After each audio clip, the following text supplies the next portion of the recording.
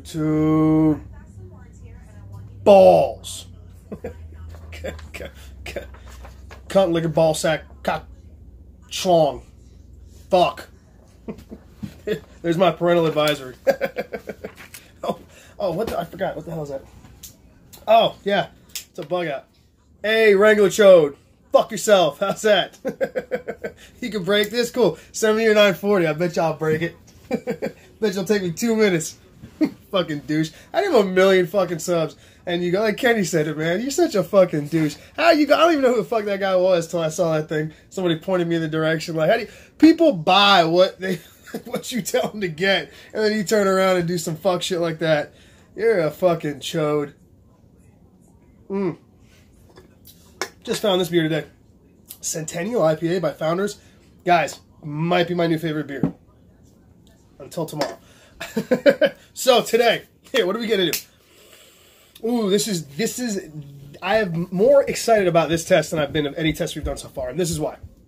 We're gonna talk about this real quick, right? So, when we're talking about knives, right? We're talking about knives. We're not just talking about steel, because everyone in the knife community seems to want to, or at least these fucking, metallurgists, wannabe metallurgists, guys that I don't know what they do with their lives, but swear that they're experts on the subject, like to talk about, they like to reference like actual steel definitions when we're talking about knives. They like to act like steel is just all encompassing, and it's not. We in the knife community, now the community's gotten so big and it's growing and there's more people in it. We need to start treating knife blades as such. We can't just use general terms. If I told you, saying that a steel I-beam has good toughness to build a skyscraper is different than saying the edge of a knife has good toughness. They're different parameters, okay? So that's that. Let's call a spade, okay? Come on. There we go. It's not the same, okay? So just like with that same I-beam, if I turn around and say, yeah, that I-beam, it's got really great wear resistance, good abrasion resistance.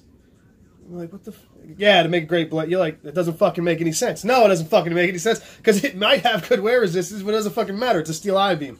Same thing that, a toughness, impact toughness rating doesn't mean shit to the edge of a knife. It doesn't matter. Impact toughness it doesn't matter. So with that, here we go. Let's talk about knives. What's good in knives? What's great in knives? What is the one part of a knife blade that is beneficial across the board and has no cons, all pros? Whether it's edge retention, wear resistance, toughness, edge stability, what is it? Sharpenability. That's grain structure. That's the underlying fact. This is fine. The finer the grain structure, all those things across the board get significantly better. Okay? So this is the reason why you see steel, like in my testings that I've been doing, you see stuff like 52100, Super Blue, and ZDP 189 do so well. Now, ZDP 189 is a PM steel, but if you look at the composition of these steels, they're very simple. They don't really have a lot of carbide formers. What they specialize in is having a really fine grain structure, and that's how they're able to do so well. They end up being tough as well as having good wear resistance. Enter this test. The reason why this test is important is because of this knife right here. Now, the reason I say that is, why I said this is because of this knife. This knife is a Manly Wasp. Everybody's been seeing these knives because guys have been buying these up because they've been making these out of S90V, and they're relatively cheap. I didn't know that they made this model, if you can see that, come here, in 12C27. Everyone's probably looking at me like I'm fucking crazy. Steve, 12C27, some bobo-ass budget steel, right? Yes and no. And here's why. If this knife, they claim this knife is at 60 to 61 HRC on the little card that they gave me. If that's true, and we all know those can vary, but if Manly Knives really is, they told me that they worked really hard on their heat treat procedure, and that this is at 60 to 61. If that is in fact true, that is the highest safe level that this steel can go to, right? This knife, after sharpening it 3 times and taking it to 15 degrees per side, this knife is 9 thousandths, between 8 and 9 thousandths behind the edge. Okay? That's stupid thin. And the reason this is important is because if this was properly heat treated, and this is at 61 HRC, and this particular steel is at 9 thousandths behind the edge, then you are looking at the most optimized blade in the folding production knife world. There is not a single knife in major, I mean, maybe this isn't a major producer, but in production folding knives that is that optimally heat treated and that optimally ground. And the only reason why this is more optimally ground, I'm not holding an S90V, is because this steel in particular was developed for these geometries. This is 12C27. It's a Sandvik steel. 12C27, you guys have probably heard of ABL or 13C26. Very similar steel, made by the same company. This was its predecessor. This was the one before it, okay? This is the original. This steel was made over 60 years ago. Specifically for all those steels are made for blades, okay? Knives and blades. So the idea behind the steel was to get an extremely fine grain structure similar to 1095 or 52100, but also give it a high level of corrosion resistance. This is why the steel is very low carbon. You look at the steel, it's very simple. It's 0.60% carbon, less than 8CR 13 MOV, and I think 13% chromium, right? That's it, or 13.5% chromium. Very simple. It benefits from having a very refined process. The iron in Sweden is very fine. It's very pure. It doesn't have a lot of impurities, not a lot of phosphorus or sulfur. So you get this extremely fine grain structure, and that helps in everything. So much so that not only is this good for knives, this steel is also used in such applications as high-end ice skate blades and ice drills. If you could think of another situation where edge stability and edge toughness, as well as fine edge holding, are better demonstrated and more needed than the skates of a professional hockey player, please let me know. Because this isn't imagine a 220-pound ice, hockey player skating around a ring at 15 miles an hour and then stopping and going and stopping. This steel is meant to hold a very fine edge and be extremely edge stable. That's the reason why you see guys like Triple B custom knife makers freaking out about this steel. This is the Pretoria from Massdrop. This is in, if you can see it, let's see, Nitro V. What does this have to do with this, Steve? Nitro V is basically the third generation or upgrade, basically, to 12C27. This is, in fact, very similar to this, which is another budget steel. This is 14C28N. So basically, what ended up happening is you take this 12C27, they added about 0.8% carbon, they added 0.5% of chromium, and they added 0.11% nitrogen. Now that helped in this steel being able to get harder. This can go up to about 62 safely. And it also gave it really good corrosion resistance because nitrogen adds a lot of corrosion resistance. 14C28N was developed specifically for knives. Again, taking what was already good about this knife and trying to increase the hardenability and increase the fine edge holding without taking too much out of the toughness. That's where the nitrogen came in. Now enter Nitro V. This is taking a step further. It has a little bit less carbon than this one, 0.62. Again, guys, we're really tiny numbers here. This also has 0.11% nitrogen, but it also has 0.08% vanadium. Now, that much vanadium is not enough to, per se, really add a lot of wear resistance, but what it does do is it helps refine grain structure. So the more complicated we get the steel, the more we start adding, then the grain gets bigger. A way to help reduce that and keep the boundaries, the carbide boundaries tight, is by adding vanadium. It also allows the steel to get a little harder. This steel can reach upwards of 64 HRC. So here we go. So the reason this test is so important to me is because what have I been screaming since day one? It's even in the description of my very first video. I've been saying it over and over. That's blade geometry, edge geometry, heat treat, and edge finish are more important to the performance of a knife blade than the actual composition. This is why I want to do this. This is why I did a fucking backflip when I saw this knife. Because no steel that I can think of, bar maybe one of these, is better suited for this kind of geometry with this heat treat. So while these two steels are technically superior, I don't know, and we're going to find out. My hopes is that this knife truly is heat treated that well. I don't know the Rockwell on these or the heat treat process for these. I can only assume, being that these are larger, at least this Blur being a larger production, like being, it's Kershaw, the heat treat's probably a little bit lower. So my point for all this is if this all goes how I really, really hope it's going to go, this is going to be the knife that really allows us to kind of put a nail in the coffin that composition is everything, and more carbides and the more vanadium, the better, because I expect huge things out of this knife.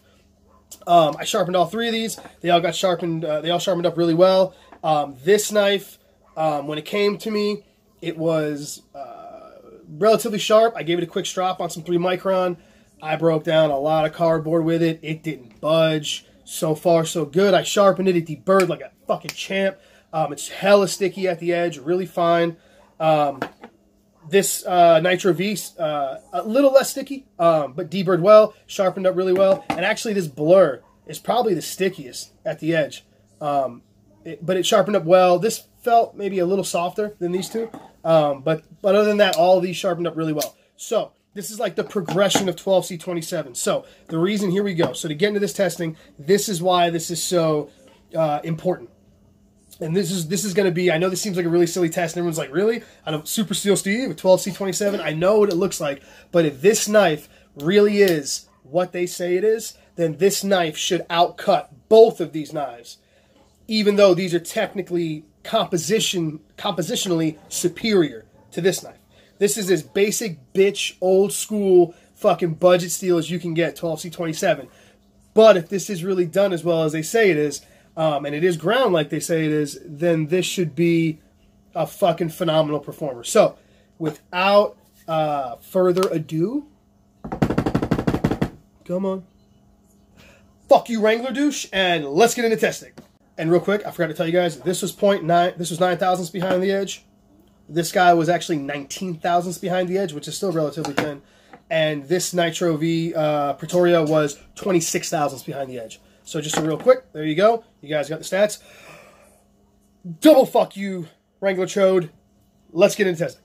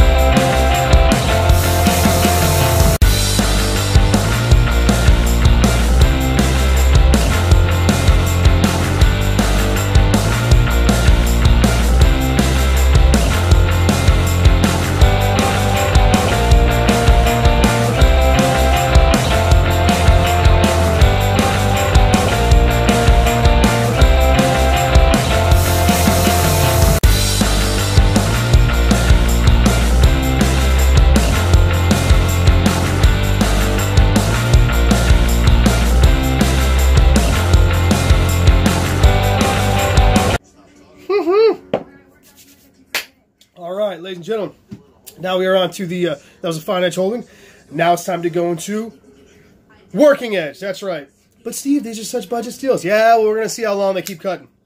If you're not familiar with the test, all of my tests are 1-inch section of blade, cuts till it no longer will shave hair, arm hair, and then the working edge is that exact same blade, section of blade until it will no longer cut balls. Wait, where are we? There we go. I'm kidding. Until it will no longer cut held sheet paper against the grain. All right, so as you can see, all these knives do just fine. Let's get to it.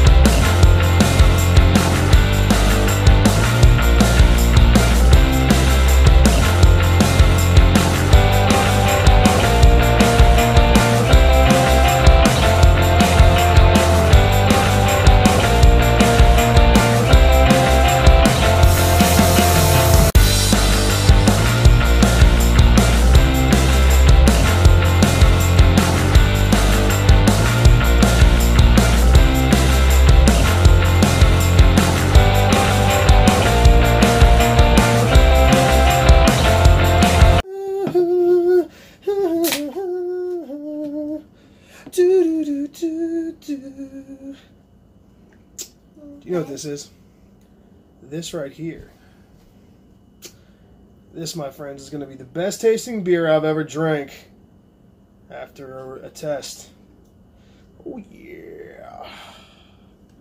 Oh yeah. Oh, let me. There we go. Let's get all front and center here. Cheers. Are you not entertained? Are you not entertained? Well, first off, I could be wrong on every goddamn test that I've done before this, and I have been wrong before. We all are well aware of that. Come here, where are we at? Right, we're all well aware of that. But this test actually went, well, it went better than expected. Okay, so first off, all of these knives are fucking ridiculous. Okay? Before I tell you what these cut, this is what I was talking about. We need to change our language in the knife community. Okay? It's the things that we need to start actually asking and thinking about. Like I said before, grain structure. Fine grain structure is the key to knife performance, really. A proper heat treat, a well-done heat treat, and getting that fine grain structure, which is the end result, is everything. It improves, again, like I said, toughness, edge stability, edge retention, edge wear, all of that. Sharpening, all of that. Here are 3 examples of steels that were literally made for cutlery, and their focus was on fine grain structure. Trust me, guys, I drank the Kool-Aid too. My fucking name is Super Steel Steve. I drank the Kool-Aid. I mean, I'm still drinking the Kool-Aid, but you can't, when you're wrong, you're wrong. You know what I mean? Like, I was into seals and into super steels and into staring at compositions more than I really did the heat treats and what was actually happening, and who was doing them. And like I said, I drank that Kool-Aid too. And starting, you know, you can't. I'm probably 20 some odd tests in at this point. I probably test 30 knives at this point, and you can't deny it. Like, it's starting to line up, and I'm not making these ideas up in my head. It's just the way the evidence is going, and this is where we're going in the direction. So all of these knives did phenomenal. First off, let's talk about this Kershaw Blur. I hate assisted knives, but this is a cool knife. It's a real good knife. This is 14C 28N. This is the one with a little bit of nitrogen in it. This cut 137.8 feet for the fine edge holding. That is as good as S35VN. That is better than than all of the S35 I've tested. That is as good as Benchmade's. That's right up there at Benchmade's S30V. Yeah. Okay. That is phenomenal. Oh, come here. There we go. That is phenomenal edge retention, man. This thing, like I said, this got real sticky. This cut like a motherfucker. And then here's, yeah, okay, we'll do fine edge holding, because that's what I think everyone was initially thinking. These are simple steels. They should do really well on the fine, but not the working, okay? This is the Massdrop. I said Pretoria. It's actually Perpetua. I'm a fucking idiot. I'm not as up on knives as I should be. Knives, yeah, knives. So Uncle Randy. This is Nitro V. So this is basically 14C28N with some added vanadium. This is a really cool knife. The Lawn Ranger, sir, thank you. Go follow him on Instagram. He's the one that loaned me this knife, along with a bunch of other ones. Your 5200 PM2 is getting tested as we speak. This did phenomenal as well. This cut 144.9 feet. That is identical to S30, my Benchmade Freak. One of the tests, it did the same as the Bug Out, or a little bit more than the Bug Out. This is S30V, Benchmade S30V level right here, guys. That's what that's doing. And this has not even 1% vanadium. This doesn't even have 0.5% really of vanadium. There's nothing in this steel but a tiny bit of carbon and some chromium and a little bit of nitrogen. The soup that this steel is made out of is not impressive. You know, and this is a reason why these things are budget steels. You know, the difference between this steel and this steel is, composition-wise, is not that much. But this steel was done well. And that's especially impressive considering that this was the thickest behind the edge. This was 25 to 26 thousandths behind the edge, which is fairly thick. I mean, it's a great cutter. It's got a good ground. It has a hollow ground on it. It was definitely the hardest. As I was going through, it was definitely the less fun to cut with. The Blur and the Wasp were definitely more fun to cut with because they were thinner. But, yeah, hella impressive. And then this motherfucker. This fucking $49 Manly Wasp in the 12C27.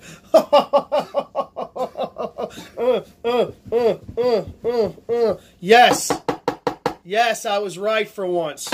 So, here is the best fucking example of any knife steel I can think of out there that's not a custom folder. Any production knife out there. This is the best, most optimized blade out there in the production world, bar none. This is 12C27N.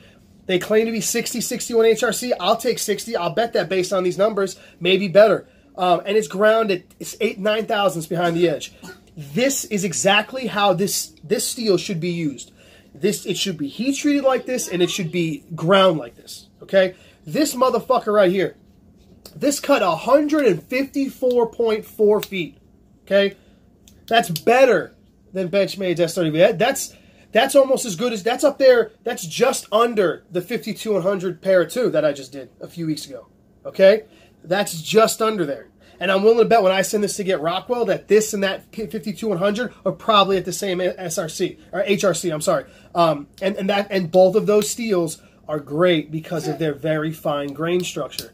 This knife just happens to be ground really well. So that's fine edge holding. So this came out on top. And again, these aren't dramatic numbers. You have 137 feet, 137.8, so about 138 feet, 144, and 154. They're within about 15 feet of each other. Oh, come on. Okay, so all performed relatively well, right? Then, working edge. Here's where I thought these knives are going to dull out pretty quick, right? But no, they did exactly what like Aus 8 has done in the past. Here we go. Ready? The Blur. This Blur continued to cut 22 times. 52.3 more feet, bringing the grand total working edge up to 190.1 feet. That's right up there with 52-100. I mean, guys, that's redonk. I mean, that's a combination. This has a thinner grind. This was 19 thousandths behind the edge, between 18 and 19 thousandths. You take that edge geometry with a well heat treated steel. There you go. Okay, 190.1 feet. The Perpetua, not Pretoria, Perpetua, I have it here as Pretoria. This ended up cutting another 59.4 feet, bringing the grand total to 204.3 feet. Guys, these are some of the best working edges that I've gotten out of any steel, out of any of the M390s or 20CVs or even the S30Vs. These are better than that. These were better than that. And I'll explain to you why I'm not even assuming. I'm going to tell you why I think these are doing what they're doing. And then this guy right here with that super thin geometry. Yeah, that cut another 85.5 feet, bringing this to, am I right? Hold on. I think I did that wrong. Hold on, what was that? No, I didn't write it down. Let's do some quick math right here. How about that, huh? Let's do some quick math because I forgot to write that down. 154 84, 85.5.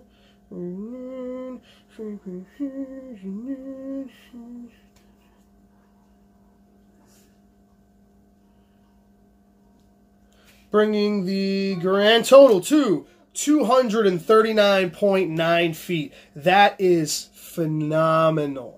That is ridiculous. That's what happens when you heat treat a steel well and you grind it that thin. I am pretty sure if I have time, I'm going to toughness test this fucking guy because I really do feel like it's with this steel that this even with this geometry, this will be able to do well against that steel wire. I don't think it's not going to do anything. I definitely think it's going to do some damage, but I don't think it's going to do as bad as everybody thinks. When I get a chance, I'll do that. But yeah, 239 feet for the working edge. So, I mean, and then again here, and then you can see the consistency. I mean, you've got, let me see, the blur. I don't have the calculator out. It's on my phone right now because that's what I'm filming on. The blur, the difference between when you're looking from the fine edge to the working edge, that was an increase of 62%. 62%. With the Perpetua, 59%. So they both had basically a 60% increase with the working edge. Why? Steve, there's no carbides. We talked about this in other videos. Oh, we saw the carbide, right? The carbide helped out and it increased and the working edge kept going. Why do these steels do that? I'll explain to you why. Here's why these steels are able to go. It's in the grain structure. Okay, it's in the grain structure as well as the PM process works. If the heat treat on those production knives aren't done super well, then the grain structure is not going to be as small. Why is grain small? Why is grain structure so important? Picture the apex of an edge, right? Okay, picture the apex of an edge made up of 10 large balls, right? 10 large balls, one being up at the top and then going down subsequently. Every time one of those balls falls out, it's going to end up taking a divot out, right? Okay, okay, here we go. Let me rewind for a second. Sharpness, okay, really we're talking about apex width. How wide the apex of the knife is. The smaller you can get it, the sharper the knife, right? That's how we get to, come on, where are we going? That's how we get hair whittling edges. We get the edge to be much smaller than the width of a hair, okay? Edge retention is based on two things. A, the steel's ability to hold the apex, which has a lot to do with its strength, right? And edge stability and hardness, right? Its ability to not deform in any way, not roll or chip, right? Edge stability. And then as it does break down through lateral force as the knife's cutting, things pushing up against the side of the blade, how it breaks down, okay? The finer the grain structure, the smaller the microchips. The smaller the microchips, the longer it takes for the apex to widen. Does that make sense, guys? Smaller, imagine the apex being made, like I said, being made of smaller circles. So the smaller the circles, the longer it will take for that apex to widen to a point where it's dull. Does that make sense to everybody? Maybe I'll do a little pictograph, a little Pictionary for everybody. That's basically what it is. So the finer the grain structure, the longer the edge retention. It helps with edge retention. Again, when properly heat treated. The reason why I truly believe we're not seeing the performance in these M390s and S30V and stuff like that. I got to go do my freak when I get it back from Kenny to see what it does for working edge. But that's what's happening. These steels are being treated well. 14C28N was basically developed for Kershaw. So if anyone knows how to use this steel well, it's going to be Kershaw. So I'm sure the heat treat on this is done really well. Massdrop, whoever made this knife for them, did a good job. And Manly's a small maker, and they pride themselves, and they talk about how they do their heat treat and how they grind their knives. So these are three examples of well heat-treated steels. So the grain structure on these steels is very fine. That's what's allowing these knives to cut. So we can't just look at steels as just all on composition. Here is my shining star. This is my shining star on why blade geometry, okay, a heat treat, and edge geometry have more to do with how a knife's going to perform than its composition. This knife right here literally will outcut every M390 and every S30V knife that I've tested thus far. Literally. And so did the Super Blue, and so did the 52-100, and those are simple steels. Simple steels. Those are ingot steels. Those aren't PM steels like this.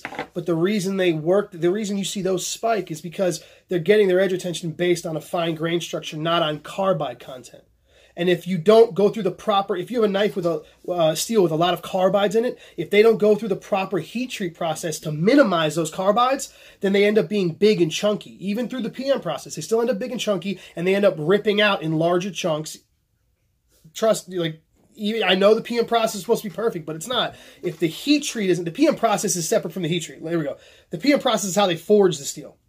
The heat treat is how the makers use it. If they don't take the time to get that grain structure real fine, you're going to see what we've been seeing is with these production knives from Spyderco and Benchmade giving these just average results. They're as good or not any better than these simple steels because these were given a better heat treat. The grain structure on these is small. Those carbides aren't worth a fuck if they're not treated properly. If the steel isn't brought to the proper Rockwell and the heat treat process hasn't gone through. So, now that I blurted on for fucking 14 minutes, if you are still in this video, you're going to be really, really happy, and here's why. This is my second Manly knife, okay? I have one other one, this one right here. It's a Wasp. This is also in 12C27, okay? This was the first one I got, okay? This was from their last year model. They made a couple improvements on this, like recessing the blade. But anyway, what happened was I ordered this knife specifically to get 8 thousandths behind the edge, like they said. This knife is about 15 to 16 thousandths behind the edge. Nothing wrong with this knife. It's an excellent knife, and I really like this knife. If you follow my Instagram, what ended up happening is I ended up making a post about it, hitting up Manly Knives, and they came through with some excellent customer service and said, hey, we apologize, we hand grind the knives, sometimes they're off. We would love to replace or refund your money. And I told them happily, look, I really appreciate you saying that, but I don't want a refund and I don't want it replaced. I like the knife. Otherwise, this knife is great. If you could cherry pick me a knife that has that thin of a geometry, the 8 thousandths behind the edge like you guys claim, I'll buy that one. I'll have them both. They then, Ludo is his name, I believe, replied to me in an email and said, hey, tell you what, you can... I have a knife. I've picked it out. I'll send you pictures of it with my micrometer of it being that thin. You can keep the knife that you have. You can either give it away or if you would like to, make a donation to the National Forestry Foundation because we're donating $1 from every knife in 2019 to the National Forestry Foundation. How fucking awesome is that? I mean, guys, really, how many times do you hear that ever happen? I mean, really, guys, let's, geez, that thing's lighting up. I mean, really, that's what they did. So what I did both. Come on. So I made a $10 donation to the National Forestry Foundation because that's what I had. And then what we're going to do is I'm going to do a giveaway with this knife, okay? On this channel right here. We'll leave it open for, I don't know, let's say a week. We'll leave it open for a week so everybody can get a chance to look at it. But here's the stipulation. In the comments, I need you to write cock and balls, okay? Cock and balls. You can put cock A&D balls. You can put cock N balls. You can put cock space if you want, cock at balls. I don't give a shit. If you don't put cock and balls on the bottom of the thing, you're not entered in the contest. No comment. I just want to see cock and balls. If I don't see cock and balls in your comment, you motherfuckers aren't in the contest, okay? I'm gonna bring you all into my white trash wonderland over here. We're all gonna have some fun on this one. So I'll leave it open for a week. Next Sunday, I'll have Kenny help me with one of those little random comment generators, and then we will give this knife away to whoever. It's a wonderful knife. I'll sharpen it up. It'll be a razor blade. I'll send a hair whittler to you. It's a wonderful knife. It'll come with the box, all the paperwork, even with the tools. They send you tools to disassemble it, and it'll be to you guys. If you guys are ever on the fence about buying a Manly knife, please buy one. Just for the simple fact that it's a phenomenal company, and they're donating to charity without even telling anybody. So yeah, that's the end of this video. If you guys made this long for me fucking rambling, there it is. There's a chart at the bottom where I'm going to upload the stats and everything like that. I'm also going to make another, somebody made a comment that I should make another section that says the Rockwell. I'm going to put the known, when I get knives back from Kurt that I know the Rockwell of, I'm going to put them on the thing as well so we can start seeing that. Again, thanks guys. Appreciate it. Hope you have a wonderful weekend. Again, if you're on the fence about getting a Manly knife, man, really go grab one of these. Excellent customer service. Awesome guys. And a fucking badass fucking knife. This thing's going to be rocking with me a lot. And fuck you, Wrangler douche. I'll see y'all later. Don't know if I'm going to put this up there. Let's have some fun. Another YouTube guy, Mr. Michael Christie, put up a thing on Instagram where he was used his Capara and then he, for 13 days or something, and he stropped it back and got it to hair whittling. And a couple of fanboys out there were freaking out like it was the fucking greatest thing that the world had ever seen. And the fact of the matter is, when you've got diamond abrasives, it is fairly easy if the steel's done all right. So, Ben, you know who you are, you little son of a bitch. That's right. So here we go. Let's get a piece of hair here and see if I can whittle this guy. You guys see that? Obviously, it's not going to whittle. I just cut 150 feet of cardboard. But, there we go. Okay, so we don't have a whittle, right? 3 micron diamond strop. This is mono diamond, not poly, but it'll do just the same. It'll do just fine. It'll do, pig, it'll do. The reason I'm doing this is because, guys, here's the thing, man. Guys like me or Michael Christie or Triple B, you sit here and post these videos where we're fucking whittling hair and all that kind of fun shit. Bro, we're just sharpeners. We enjoy sharpening. We're not fucking gods. Like, with this edge retention testing, I'm not like, what I say isn't law, man. The reason I do this, the way that I do it, with the stones that I do it with, and with the strops that I do it with, the progression that I do, and the cardboard that I use that you can get probably at any fucking moving company, you can, you know, in your local area, or anywhere where they sell a fucking cardboard box, is because I want it to be repeatable, guys. I want it to be something that anybody can go out there. It's the reason I'll take my edges to hair whittling, because 99% of the community doesn't give a fuck about hair whittling. I don't do this for the nerds like me. I do this for everyday guys like me. Guys that just want to fucking know what knives do. I'm not sitting here trying to show off skills like, oh, look, I can make a knife for hair whittling. It's just not something I do for fun, and it's cool. I have fun with it, but it doesn't make me any fucking more of an authority on anything than anybody else. You know what I mean? You know, a lot of fucking guys on YouTube that just want to, you know, want to hang on guys' nuts like that. And it's like, guys, it's not... Anybody can do what I do or what Christy does or what Triple B does with enough practice, time, effort, you know, and just that's it. Just dedication. Like, if you wanted to do it, you could do it. It's not that hard. You know, I'm tired of guys, you know what I mean, for me or whoever, acting like, because, you know, we're talking heads on YouTube that we fucking, you know, are somehow better or have some kind of fucking special gift. I'm not fucking Michael Phelps. Not fucking Michael Phelps, that's for sure. There's no, you know, this is just some time and patience, man. And then I got a bare leather strap right here. Woo! Let's see what happens. See if I can bring it back. Hey, Steve, this 12C27, it's not S30V. Yeah, whatever, bro. It's the same shit. It's diamond. It cuts it all. It doesn't matter. So let's see. Let's see what we can do here. You know, that's all. The only reason why I'm doing this, because somebody really fucking aggravated the shit out of me. You know? Everything I do these tests, guys, I try to do as transparent as possible, man. Because all I want to do is just take the spooky out of steels and just find out what the fuck's actually happening for the 99% of the knife community that just wants to buy a fucking knife and know if it fucking cuts good. They want to buy a fucking knife and know that if they spend the $30 fucking extra on a 20 CV knife, that it fucking cuts better than S35, that they, you know, or whatever it may be. You know what I mean? I'm not, you know, I'm doing this to give my part to give back to the community, you know? Not because, you know, there's no other reason, you know what I mean? But some guys like to talk shit instead of just fucking putting paper to pen, you know? So here we go. Alright, let's see. Can we get that on there? Let's see. You think I can get it to whittle? Woo! Woo! Son of a bitch! You see that? What do you know? Oh, man. Come on, do it again. Come on. There we go. Come on. All right. Obviously, I could get this guy to fucking go full gorilla whittle, but we're just going to take that right there. Considering it did just cut 150 feet of... There you go. So there you guys go. There you go. There you go, Ben. You little motherfucker. Like talking shit, getting a rise out of people. There you go, look. Oh, look. That's a testament to Manly Knives and their heat treat on their steels. Right? Like I said, Ben, it's diamond abrasives, bro. It's not that fucking, you see what I'm saying? I could do that with any knife. There you go. So, there you go. If I put this up, we'll see how many people I can piss off with this one. Y'all have a good night.